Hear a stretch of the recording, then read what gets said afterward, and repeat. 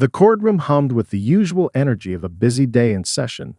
Lawyers huddled in whispered conversations, the shuffle of papers, the rustling of a few restless jurors. The judge, a man known for his punctuality and no-nonsense attitude, looked down at his docket. He'd seen hundreds of cases like the one before him today: speeding tickets, minor infractions, a routine day for the courts. He glanced up as the court clerk called the name of the next case: Ms. Eleanor Rhodes. The woman who stood up from the gallery wasn't what he expected. Her hair, neatly pulled into a low bun, was streaked with strands of gray, though her posture suggested a strength that defied her age. She was dressed in simple clothes, no designer brands or flashy accessories. An unassuming beige jacket, a pair of black slacks, and sensible shoes. Her face was serene, almost calm, as she walked toward the bench. She didn't look nervous, but rather like someone who had endured far worse situations in her life and was now unbothered by this minor inconvenience. The judge gave her a cursory glance as she approached the stand. Her demeanor gave little away, and he found himself barely registering any hint of who she was. She was, to his eyes, just another driver caught in a routine ticketing. Nothing remarkable. His mind was already moving forward, calculating how to proceed. "Ms. Rhodes, you've been cited for speeding in a residential zone," the judge said, barely looking up from his notes. "You were clocked at 45 miles per hour in a 25-mile zone. Do you have anything to say in your defense?"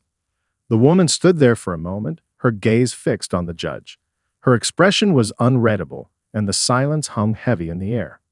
The judge's fingers drummed idly on the side of the bench, waiting for a response. Finally, she spoke. "I wasn't aware I was speeding," she said in a clear, measured voice. "I was focused on something, and I wasn't paying attention to the speedometer." There was no sign of panic, no pleading for mercy. It was as if she were responding to an ordinary question, not defending herself in a court of law. Her words were polite but lacked the usual desperation he often saw in defendants. She wasn't here to argue the case, it seemed. She was simply present. The judge raised an eyebrow, but he was used to hearing such excuses. "It's your responsibility to be aware of the speed limit, Ms. Rhodes. You know the rules." He paused, scanning his notes before glancing up again. "Given the nature of this offense and your clean driving record, I will impose a fine of $150. Is there anything else?" The woman shook her head, almost imperceptibly. She didn't protest, didn't beg for leniency. Instead, she just nodded slightly in acknowledgement. The judge expected a bit more, perhaps some apology, an explanation. But there was none. She simply accepted it. Her gaze never wavered. The judge, in turn, quickly returned to his administrative mode. Court is adjourned. As Ms. Rhodes turned to leave, the judge made a mental note to move on to the next case. Another day, another fine. Yet as she walked out of the courtroom, he couldn't shake the feeling that there was something more about this woman, a nagging curiosity that lingered. It was more than just her calm demeanor. It was the way she carried herself, as though her life held secrets that were far too grand for such a trivial matter. But the case was closed. He had done his job, and she would go on her way, just another name in a list of court filings. Still, the judge felt a strange sense of uncertainty. He couldn't quite place it. But one thing was certain: there was far more to Eleanor Rhodes than met the eye. The gavel echoed through the courtroom, and Judge Thompson glanced at the clock. It was only mid-morning, but the case against Eleanor Rhodes had already been dealt with. A quick decision, a standard fine, and on to the next. It was what he had come to expect in his years on the bench. A simple, straightforward exchange of law for consequence. $150 fine. As stated, Judge Thompson pronounced again, his voice stern and final. "You may pay at the clerk's office." Ms. Rhodes nodded slightly, her expression unchanged, her hands folding neatly in front of her as she awaited the formalities. It was as if the fine was no more significant to her than the turn of the calendar. Her calm acceptance, her lack of urgency, only reinforced the judge's initial impression. This was just another ordinary case, another small misstep by a regular citizen. There was no drama, no impassioned defense, no request for leniency. The judge gave the woman a cursory glance. She was in her mid-50s. Her face was not unfamiliar, but it didn't spark any particular recognition. She looked like someone who had lived a long, undramatic life. No hint of wealth or power, no signs of influence that usually commanded the court's attention. In Judge Thompson's mind, she was just another person in a long line of drivers who thought the rules didn't apply to them. Ms. Rhodes turned to leave the stand, her heels clicking softly on the polished courtroom floor as she walked toward the door, her gaze steady and unfazed. Judge Thompson looked down at his docket, already thinking of the next case. He heard the shuffle of papers and the low murmur of the room as the court began to clear. "Next case," the judge called out, his voice authoritative. But something lingered in the back of his mind, a flicker of uncertainty. Why had she been so composed? It wasn't that unusual for people to be calm in court, but there was something about her that felt disconnected from the usual chaos of a legal proceeding. Most defendants were anxious or defensive, but Ms. Rhodes had carried herself with an almost serene confidence. The judge wondered, briefly, if he had misjudged her somehow, if there was more to her than just the ordinary suburban motorist. Probably just overthinking it, Judge Thompson muttered under his breath as he dismissed the thought. It was a case like any other, speeding in a residential zone. There were hundreds like it every day. What did it matter who the defendant was? He turned to the next case. Meanwhile, Eleanor Rhodes made her way through the corridor of the courthouse, her steps light and unhurried. She walked past several offices, her face impassive, as if she were a stranger to the space. Yet there was a certain quiet dignity to her presence. A few people glanced up as she passed, staff members, lawyers, even a couple of reporters.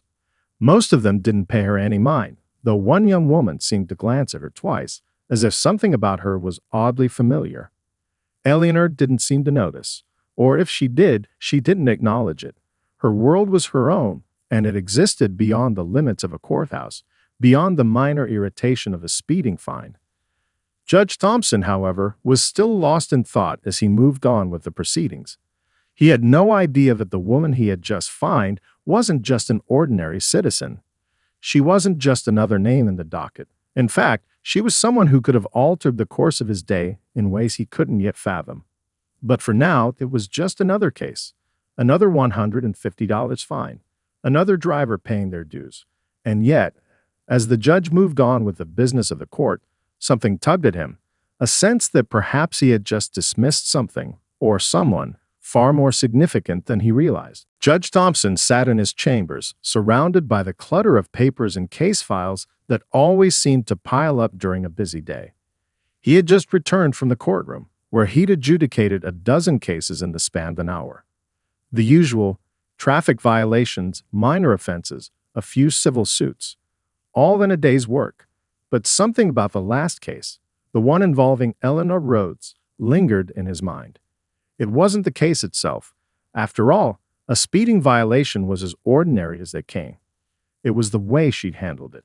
The way she'd walked into the room said so little, and yet commanded his attention.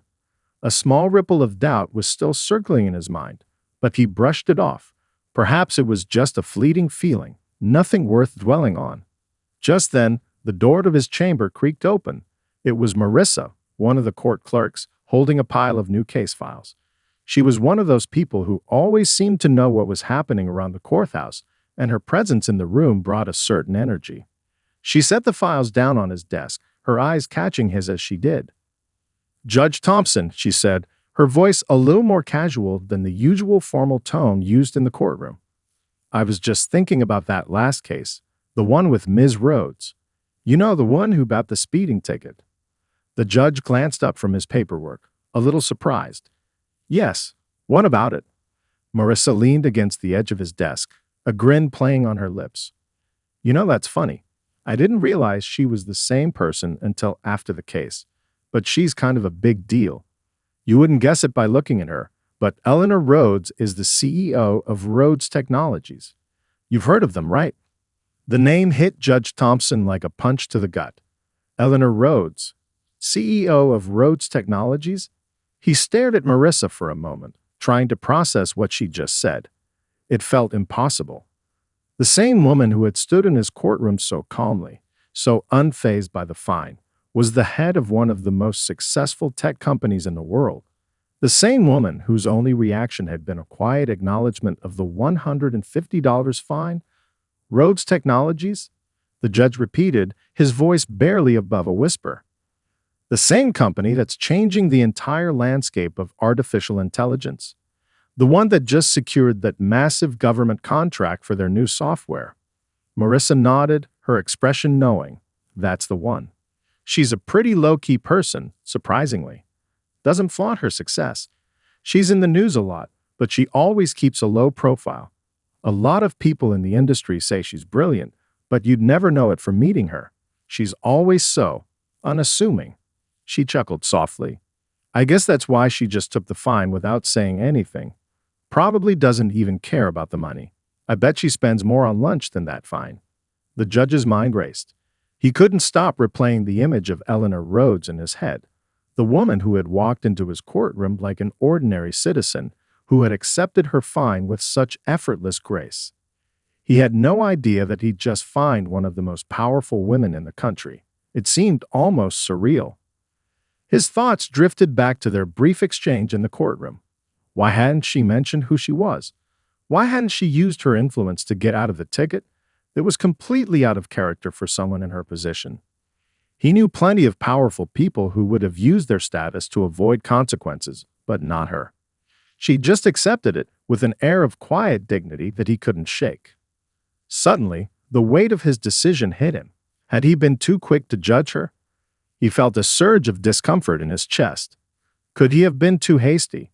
He'd assumed she was just another minor offender, a regular person with no special standing, when, in fact, he had just fined a corporate titan. The more he thought about it, the more the feeling of unease settled in. But the truth was, he wasn't sure how to feel about it. Should he have treated her differently, knowing who she was? Or had he done the right thing by applying the law equally to everyone, no matter their station?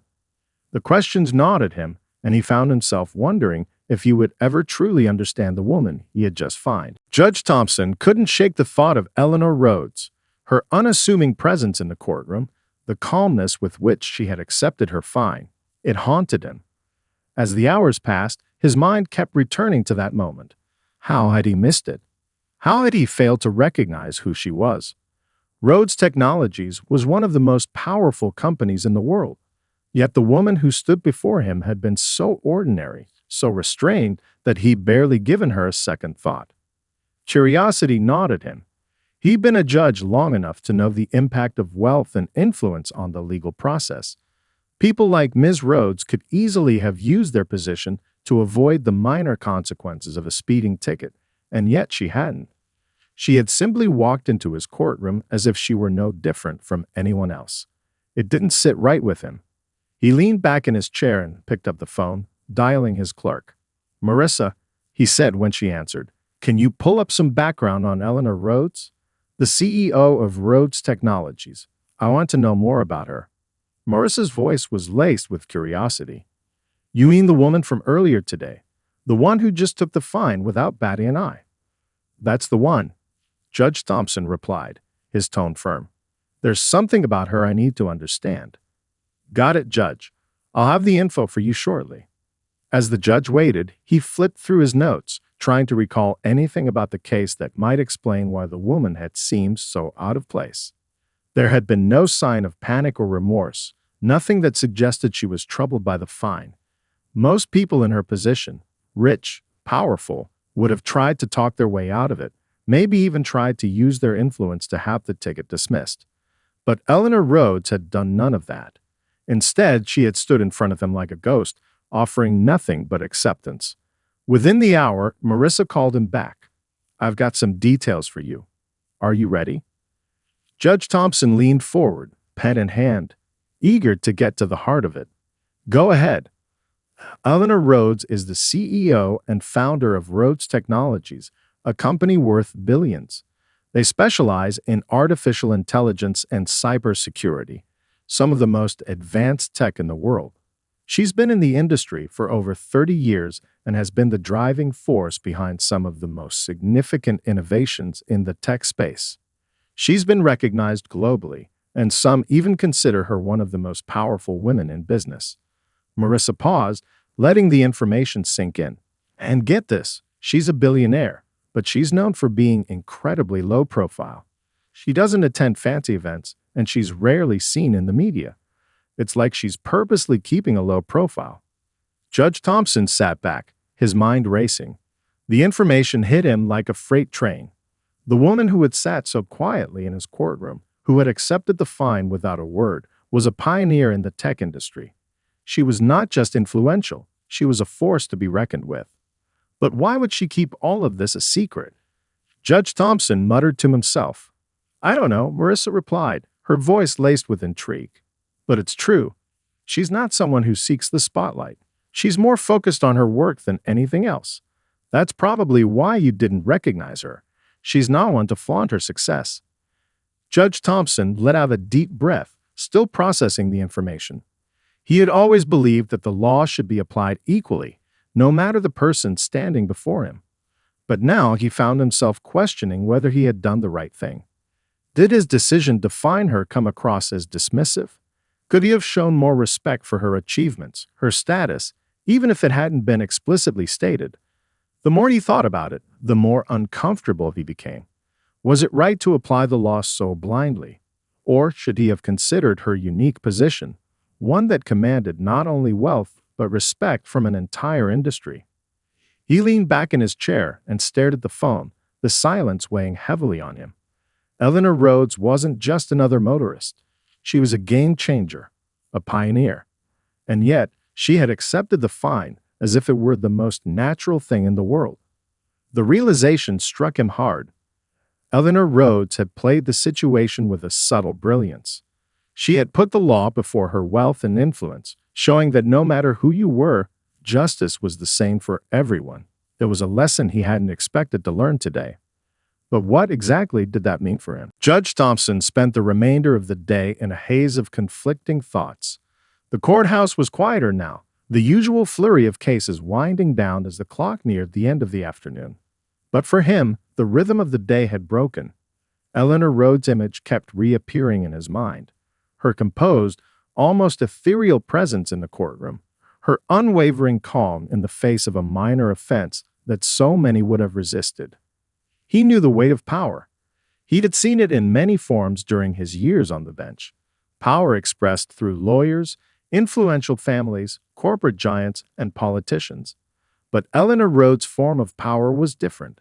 She didn't wield her status with arrogance or entitlement. She didn't need to. Her position in the world was so solid, so assured, that she could afford the luxury of anonymity. That was her strength, the power to remain unknown when most in her position would shout from the rooftops. And yet, in his courtroom, she had been just another person in the line of defendants, another minor case. He had treated her like any other motorist. At the time, it had felt like the right thing to do. No special treatment, no exceptions. But now, as the weight of her identity settled in, Judge Thompson began to question whether that was truly the best choice. In his mind, the idea of justice had always been black and white. People broke the law, they were punished. He had never once considered that someone's personal power could affect the way they should be treated in the courtroom. He wasn't some idealist. He was a judge. His job was to uphold the law, no matter who the defendant was. But the more he thought about Eleanor Rhodes, the more that old certainty seemed to unravel. Her response to the speeding fine had been so graceful. No argument, no plea for mercy, just acceptance. It wasn't just that she had the means to pay the fine without a second thought. It was how she had approached the entire situation. She had taken the fine as a simple formality, a part of life, just as anyone else would have done. But did that change the nature of the fine? Was the law, in her case, simply a formality? She could have hired the best lawyers in the city to have it dismissed, yet she had chosen not to. Why? Did she see the fine as beneath her, something she didn't need to fight? Or was she teaching him a lesson in humility, in seeing beyond power, in seeing people as they truly were rather than what they appeared to be? There was something profoundly humbling about how she had presented herself. She didn't wear her power on her sleeve, but instead, it seemed to emanate quietly from within, like a river that ran deep and unseen beneath a calm surface. Judge Thompson had underestimated her. He had taken her at face value, assuming her quiet demeanor was a reflection of insignificance when it was, in fact, the mark of someone who had mastered the art of subtlety. As the afternoon wore on, the more he reflected, the more he realized that her presence had left an impression on him, not just because of who she was, but because of how she had chosen to behave. It was a masterclass in humility, in showing that power need not always be flaunted. In her world, where so much was given to those who shouted the loudest, Eleanor Rhodes had shown that it was the quiet strength that truly commanded respect. Judge Thompson was beginning to understand that this wasn't just about her speeding fine. There was something deeper at play here, something he hadn't been able to see at first, but now it was clear. Eleanor Rhodes wasn't just an ordinary defendant. She was someone who had mastered the balance between power and grace, and in her silence, she had challenged him to see the world differently. The question now was what he would do with this new understanding. Would he treat people differently, knowing that there was more to them than what appeared on the surface? Would he be able to see beyond the obvious and judge with the kind of discernment that truly captured the essence of a person? As the sun set and the courthouse emptied out, Judge Thompson felt the weight of his own realizations. He wasn't sure what the answer was yet, but one thing was certain. Eleanor Rhodes had left him with a lesson that he wouldn't soon forget. Judge Thompson spent the remainder of the day in a haze of conflicting thoughts. The courthouse was quieter now, the usual flurry of cases winding down as the clock neared the end of the afternoon. But for him, the rhythm of the day had broken. Eleanor Rhodes' image kept reappearing in his mind. Her composed, almost ethereal presence in the courtroom, her unwavering calm in the face of a minor offense that so many would have resisted. He knew the weight of power. He had seen it in many forms during his years on the bench. Power expressed through lawyers, influential families, corporate giants, and politicians. But Eleanor Rhodes' form of power was different. She didn't wield her status with arrogance or entitlement. She didn't need to. Her position in the world was so solid, so assured, that she could afford the luxury of anonymity. That was her strength, the power to remain unknown when most in her position would shout from the rooftops. And yet, in his courtroom, she had been just another person in the line of defendants, another minor case. He had treated her like any other motorist. At the time, it had felt like the right thing to do. No special treatment, no exceptions. But now, as the weight of her identity settled in, Judge Thompson began to question whether that was truly the best choice. In his mind, the idea of justice had always been black and white. People broke the law, they were punished. He had never once considered that someone's personal power could affect the way they should be treated in the courtroom. He wasn't some idealist. He was a judge. His job was to uphold the law, no matter who the defendant was. But the more he thought about Eleanor Rhodes, the more that old certainty seemed to unravel. Her response to the speeding fine had been so graceful. No argument, no plea for mercy, just acceptance. It wasn't just that she had the means to pay the fine without a second thought. It was how she had approached the entire situation. She had taken the fine as a simple formality, a part of life, just as anyone else would have done. But did that change the nature of the fine? Was the law, in her case, simply a formality? She could have hired the best lawyers in the city to have it dismissed, yet she had chosen not to. Why? Did she see the fine as beneath her, something she didn't need to fight? Or was she teaching him a lesson in humility, in seeing beyond power, in seeing people as they truly were rather than what they appeared to be? There was something profoundly humbling about how she had presented herself. She didn't wear her power on her sleeve, but instead, it seemed to emanate quietly from within, like a river that ran deep and unseen beneath a calm surface. Judge Thompson had underestimated her.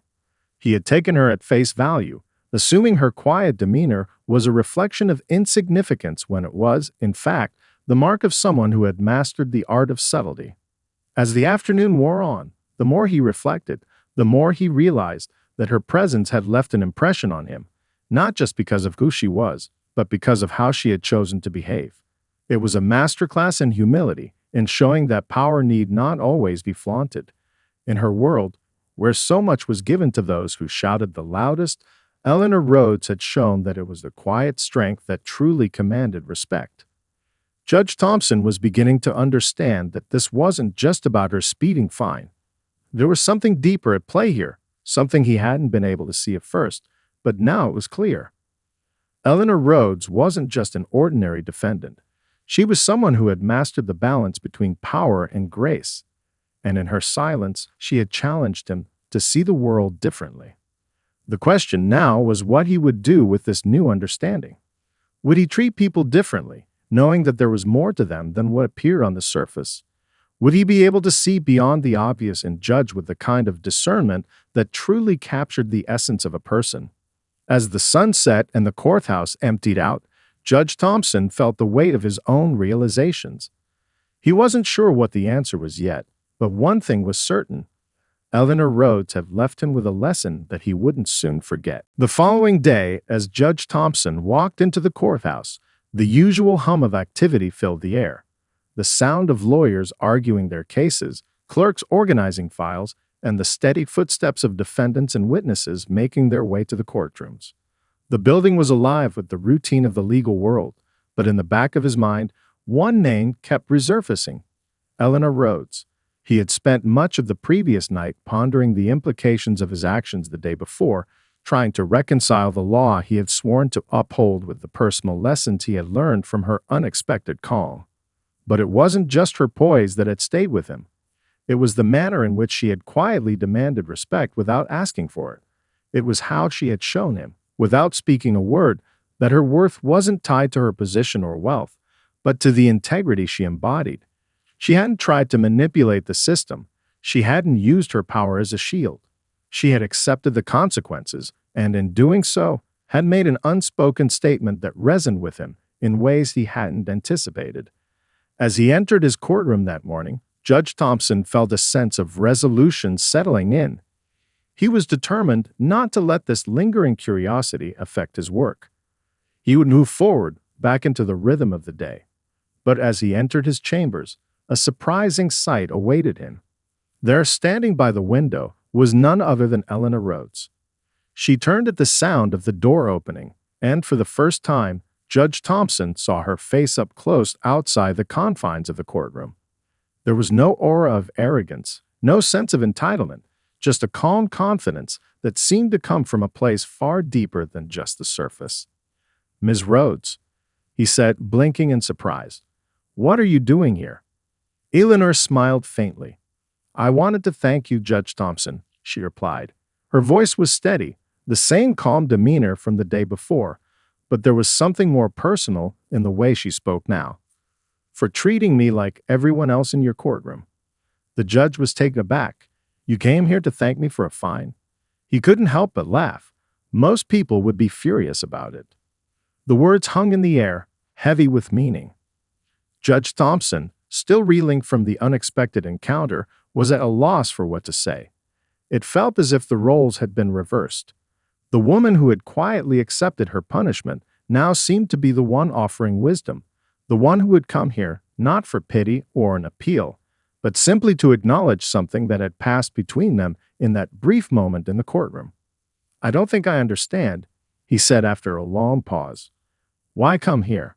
I find you for breaking the law. There's nothing extraordinary about that." Eleanor shook her head slightly, as if considering his words carefully. "Maybe not in your eyes," she said, her voice softer now. "But for me, it was a reminder. A reminder that the law is bigger than me, that no matter how much power or influence I have, I can't escape the consequences of my actions. You treated me like a regular person, and that's something I rarely experience."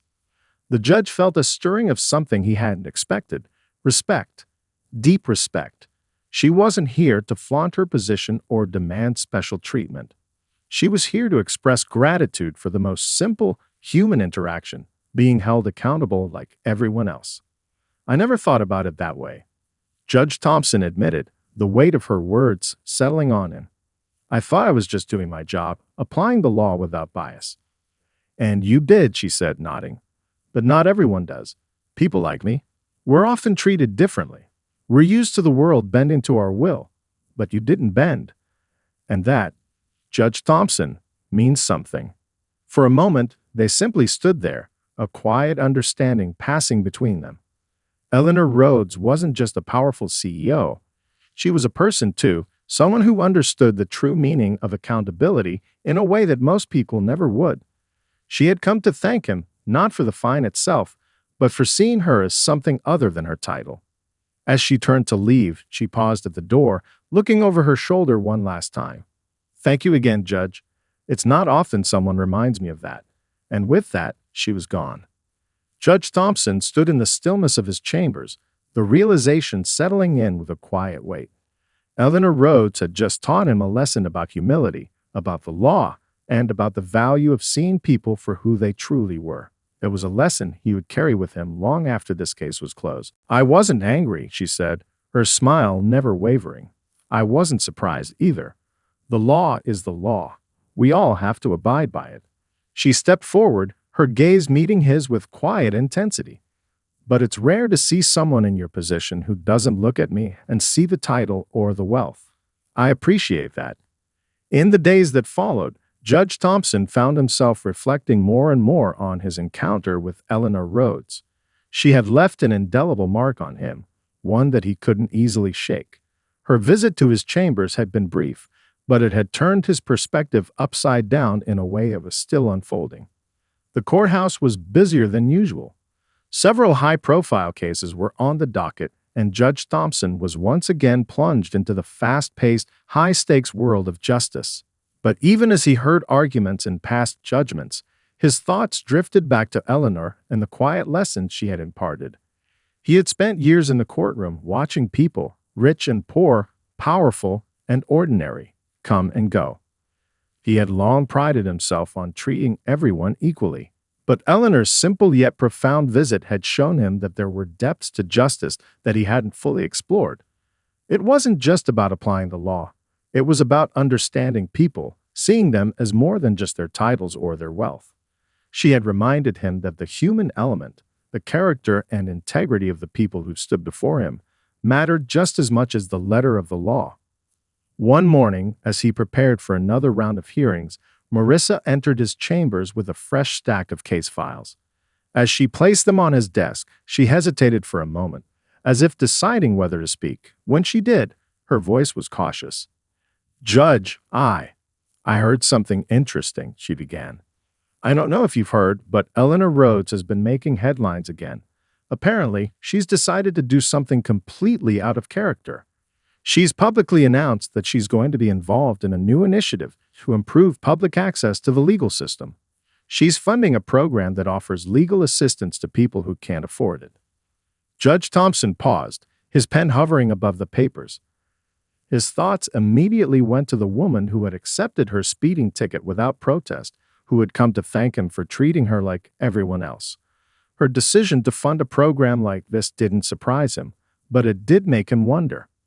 That's unexpected, he said, looking up at Marissa. She's always been so private, so low profile. Why make such a public move now? Marissa shrugged, a thoughtful look on her face. Maybe she feels like the time is right. She's always been very focused on technology and business, but maybe she's realized there's more she can do. It's one thing to lead a company, but giving back to society, that takes a different kind of leadership. Judge Thompson considered this quietly. He had always known Eleanor Rhodes was an influential figure, but he hadn't fully grasped the extent of her impact. She wasn't just a business leader. She was someone who had the potential to shape the world in ways that went beyond the boardroom.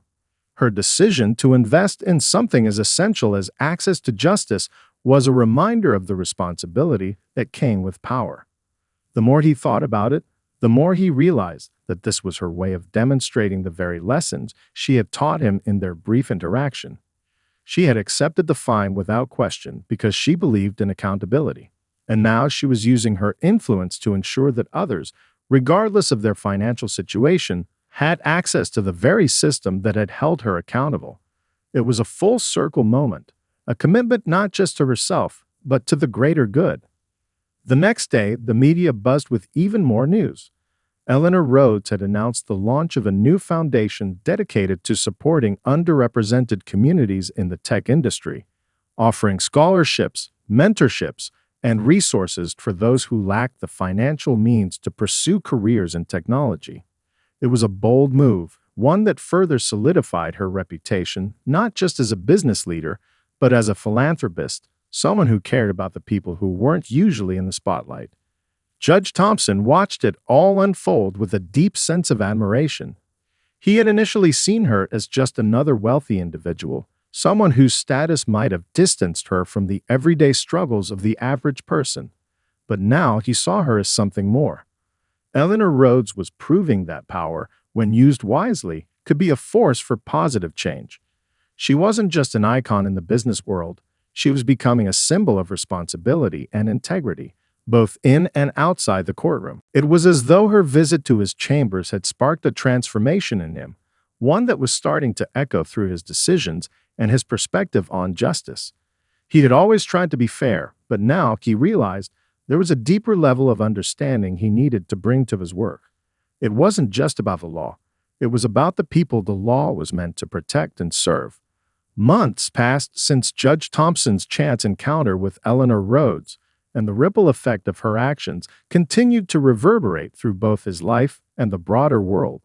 Her public initiatives, first her funding of legal access programs, then her commitment to underrepresented communities in tech, had transformed her from a powerful CEO into a public figure whose influence extended far beyond the boardroom.